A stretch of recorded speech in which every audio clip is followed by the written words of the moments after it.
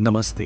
आज 18 मार्च 2026 की ताज़ा रिपोर्ट के अनुसार मिडिल ईस्ट यानी मध्य पूर्व में हालात बेहद तनावपूर्ण बने हुए हैं।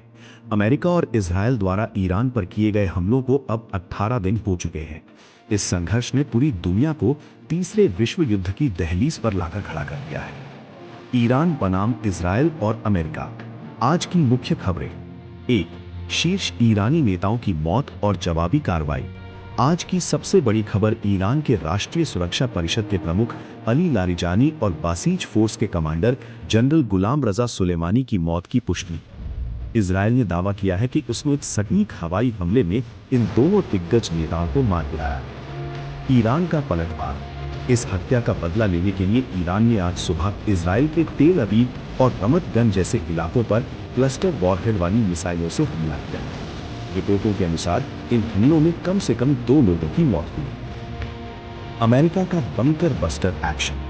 अमेरिकी राष्ट्रपति डोनाल्ड ट्रंप के आदेश पर अमेरिकी सेना ने ईरान के तटवर्ती इलाकों और हॉर्मुज़ जलदंडु मध्य यानी स्ट्रेट ऑफ हॉर्मुज़ के पास स्थित मिसाइल साइटों पर 5000 पाउंड के बंकर बस्टर बमों से हमला किया। अमेरिका का कहना है कि ईरान अंतर्राष्ट्रीय शिपिंग के लिए खतरा है। खाड़ी देशों में युद्ध का विस्तार।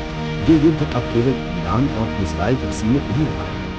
यूएई और सऊदी। ईरान ने सऊदी अरब और कुवैत में भी ड्रोन और मिसाइलें डाली हैं। सऊदी रक्षा मंत्रालय ने आज 6 ईरानी ड्रोनों को मार गिराने का दावा किया है। Dubai airport. दुबई अंतर्राष्ट्रीय हवाई अड्डे के पास एक ड्रोन हमले के बाद आग लगने की खबर है, जिससे विमानों की आवाजाही प्रभावित हुई है। लेबनान।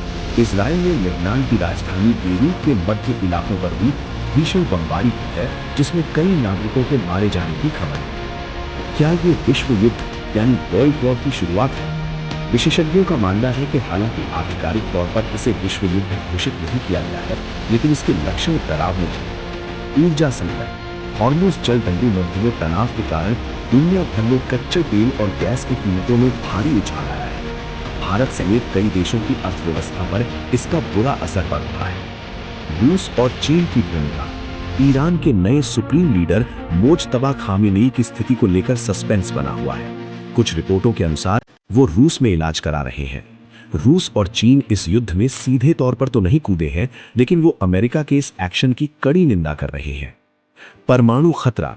IAEA ने रिपोर्ट दी है कि ईरान के बुशहर परमाणु संयंत्र के पास भी एक मिसाइल गिरी है, जिससे परमाणु विकिरण का खतरा बढ़ गया है। डोनाल्ड ट्रंप का बयान।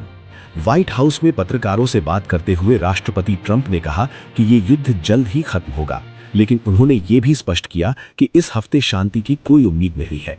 ट्रंप इस बात से भी नाराज दिखे कि नाटो और अन्य सहयोगी देश हॉर्मुज़ में अमेरिकी मिशन का साथ नहीं दे रहे हैं। भारत पर प्रभाव। भारत के लिए ये स्थिति चिंताजनक है, क्योंकि खाड़ी देशों में लाखों भारतीय रहते हैं। प्रधानमंत्री मोदी ने हाल ही में यूएई के राष्ट्रपति से बात कर शांति बहाली की अपील की है। भारत में भी LPG और पेट्रोल की जमाखोरी को रोकने के लिए कई राज्यों में छापेमारी की जा रही है। 18 मार्च 2026 तक की स्थिति के अनुसार मिडिल ईस्ट में आग लगी हुई है। यदि अगले कुछ दिनों में कूटनीतिक समाधान नहीं निकला, तो ये संघर्ष वैश्विक स्तर पर और भी विनाशकारी रूप ले सकता है।